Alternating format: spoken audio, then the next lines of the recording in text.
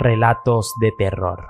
Las vías del ferrocarril. Hace muchos años fui de visita con uno de mis primos hasta la ciudad de San Antonio. Como en otros estados de la Unión Americana, aquí abundaban las historias sobre sitios encantados y apariciones, con las que era mejor no toparse en medio de la noche. La leyenda que más nos llamaba la atención era la de unas vías abandonadas de ferrocarril. Los lugareños comentaban que estaban embrujadas. Recuerdo que la historia, aunque escalofriante, siempre me había parecido un poco verosímil. La misma trataba de lo siguiente. Un día, los chicos de una clase de primaria fueron a hacer una excursión, se montaron todos en el autobús escolar y se pasaron el día completo afuera, sin imaginar la desgracia que el destino les había reservado. Al atardecer, el bus se disputó a regresar al colegio donde serían recogidos por sus padres, solo que durante el trayecto tenían que pasar cerca de la estación de ferrocarriles. Ansioso por terminar su turno como chofer, el conductor quiso tomar un atajo y sin avisarle a los profesores decidió atravesar por las vías aparentemente solitarias y abandonadas. Justo cuando se encontraba en medio, el autobús se apagó y el silbido distante de una locomotora se anunció, aterrando a los niños. Desesperado, el chofer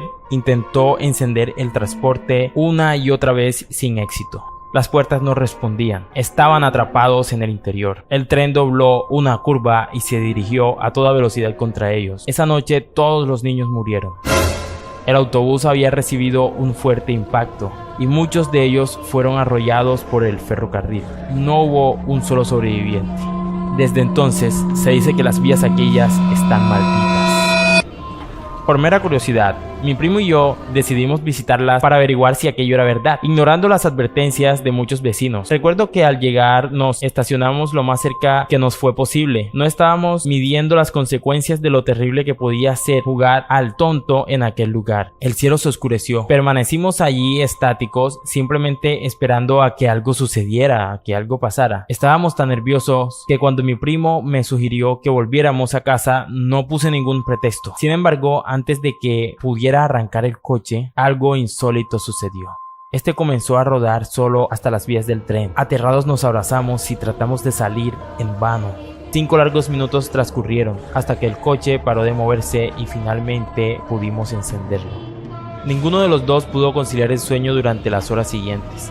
Decidimos salir de San Antonio esa misma noche y tras 6 horas de camino, sin hablar en la carretera, fuimos capaces de estar frente a nuestro hogar. Al bajarnos del vehículo nos dimos cuenta de que este había acumulado una buena cantidad de polvo durante el camino. No obstante, no fue ese detalle el que nos heló la sangre. Sin dar crédito a lo que veíamos, nos quedamos mirando las ventanas con atención.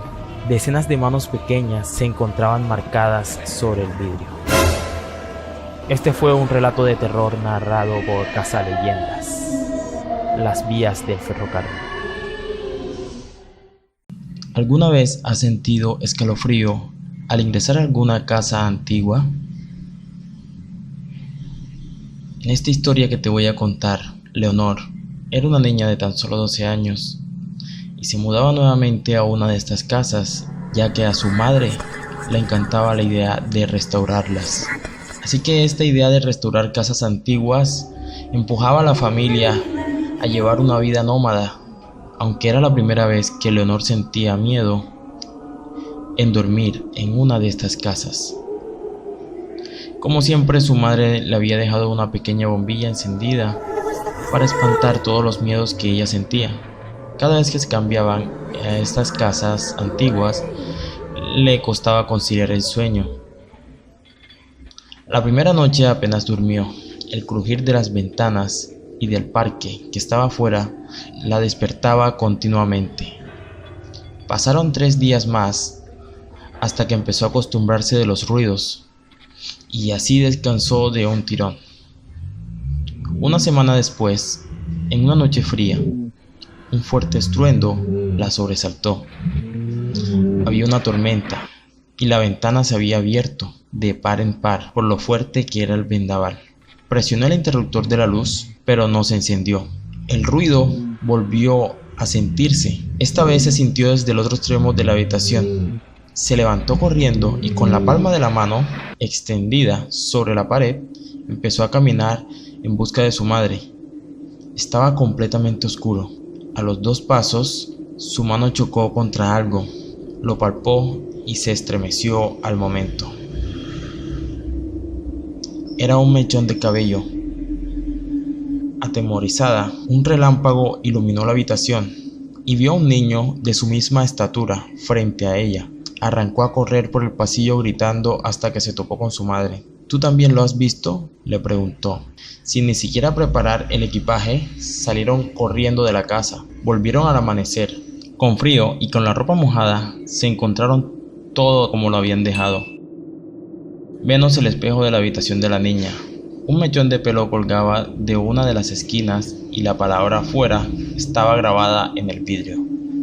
La familia se mudó de manera definitiva para dejar atrás aquella pesadilla.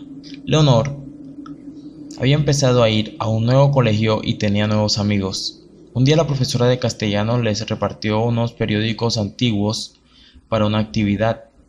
Cuando la niña vio el periódico que le había entregado su profesora, se ahogó en un grito, porque en uno de los titulares estaba la cara del niño de aquella vez, y justo debajo en el encabezado decía: un niño muere bajo extrañas circunstancias. Cuenta la leyenda urbana que en Inglaterra una madre dio a luz a 2 hermanas gemelas. Cuando cumplieron 3 años, la familia salió de paseo. De regreso, y mientras cruzaban a la carretera para recoger el coche que ahí habían estacionado, sin darse cuenta y en un abrir y cerrar de ojos, un vehículo atropelló a las 2 hermanas gemelas y murieron al instante. 2 años más tarde, y ya superado el trauma, la madre quiso volver a tener hijos y tras 9 meses dio a luz de nuevo a 2 gemelas. Las niñas se parecían tanto a las que murieron que decidieron no mencionar nada de lo sucedido a las niñas. Una Navidad, 3 años después, la familia salió de paseo al mismo lugar de siempre. Al regresar, mientras cruzaban la carretera que tanto pavor daba a la madre, las niñas se agarraron fuertemente a las manos de su madre mientras se encontraban a la mitad del asfalto. Las niñas le dijeron a su madre: mamá, no nos sueltes, aquí fue donde nos mataron. Si te gustó esta historia, no te olvides compartirla. Dale me gusta, que es muy importante para mí. No te olvides suscribirte y presionar en la campanita. Muchas gracias.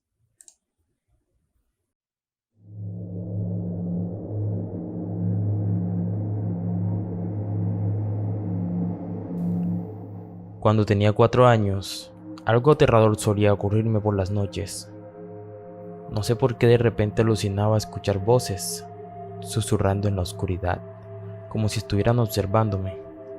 Eran sarcásticas y desagradables.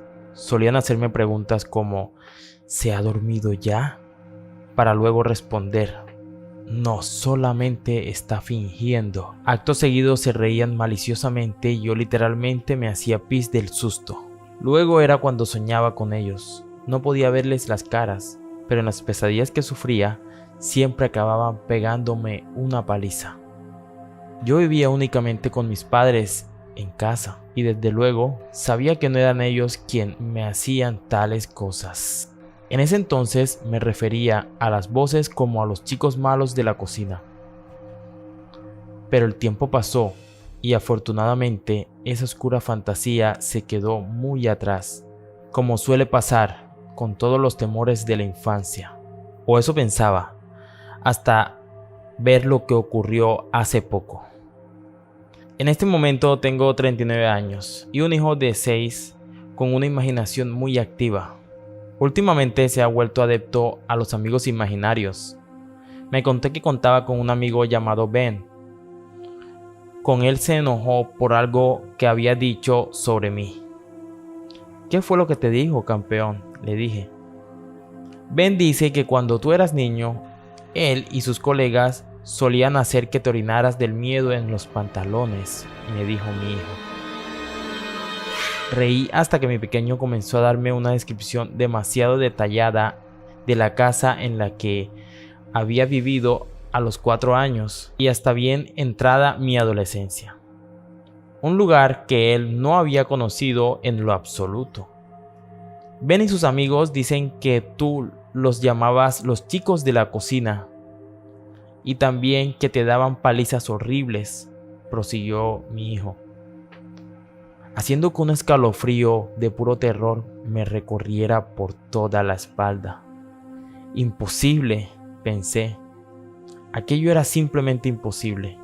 Y yo me molesté mucho con él, papá, porque tú eres mi héroe y nadie puede darte palizas, prosiguió mi hijo, ignorando el miedo que acaba de provocarme con sus palabras. Y por eso que no he vuelto a dirigirle la palabra a Ben, me dijo mi hijo. Yo me esforcé por sonreír, aunque estaba paralizado por el temor. Revolví con una mano sus cabellos y traté de parecer despreocupado. Tú no hagas caso lo que te diga ese chico, le dije tratando de tranquilizarlo. Estoy seguro que Ben solo tiene celos, por eso te dijo todas esas mentiras, hijo.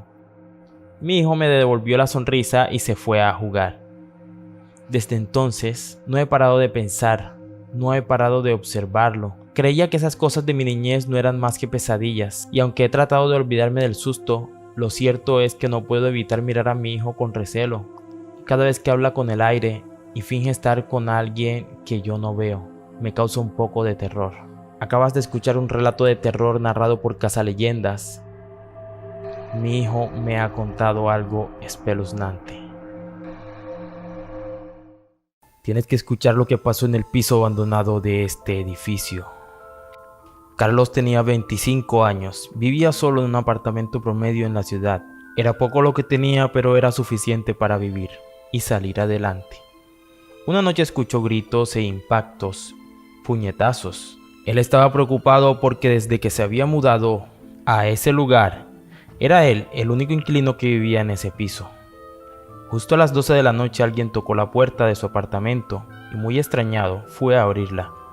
Frente a él se encontraba una mujer muy blanca, se veía cansada y tenía un gran golpe en el ojo que le generó un hematoma bastante feo. Ella le preguntó si podía quedarse con él, pues su marido le había golpeado y a la mañana siguiente su familia la iría a recoger. Él no se negó, la hizo pasar y acomodó el sofá para que ella pudiera descansar cómodamente. Era lo único que él podía ofrecerle. Y ella no se quejó, solo le agradeció ese pequeño gesto y se fue a acostar.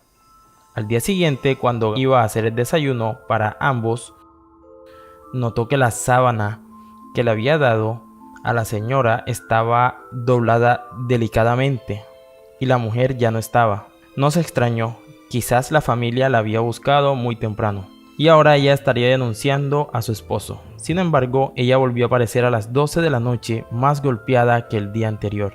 Todo eso se repitió por una semana completa y ya el chico estaba angustiado. La mujer no le decía nada de su marido, solo se dedicaba a negarse a hablar y a descansar en su sofá. La noche anterior los gritos desesperados de la mujer y el estado crítico en el que llegó le hicieron pensar que pronto el esposo la iba a matar.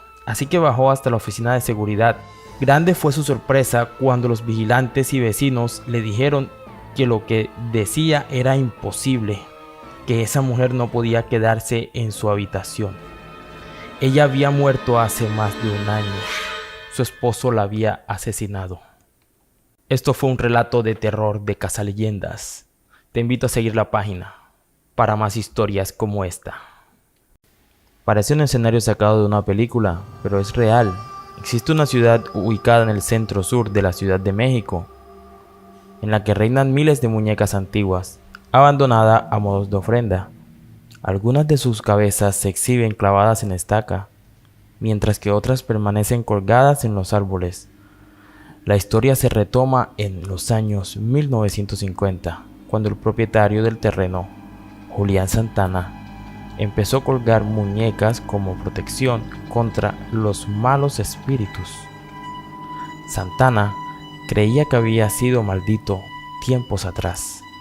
Había encontrado el cuerpo de una joven que había fallecido ahogadas a las orillas del terreno del hombre. Empezó a convertirse en protagonista de episodios paranormales. Santana escuchaba voces pasos y llantos de una mujer, por lo que decidió colocar muñecas por la isla para ahuyentar el alma de la chica. Su obsesión llegó hasta tal punto que pasaba horas buscando muñecas en la basura y en los canales de Cuemanco. Santana falleció en el año 2001 cuando se encontraba a las orillas del río, justo después de comentarle a su sobrino que una sirena quería llevárselo.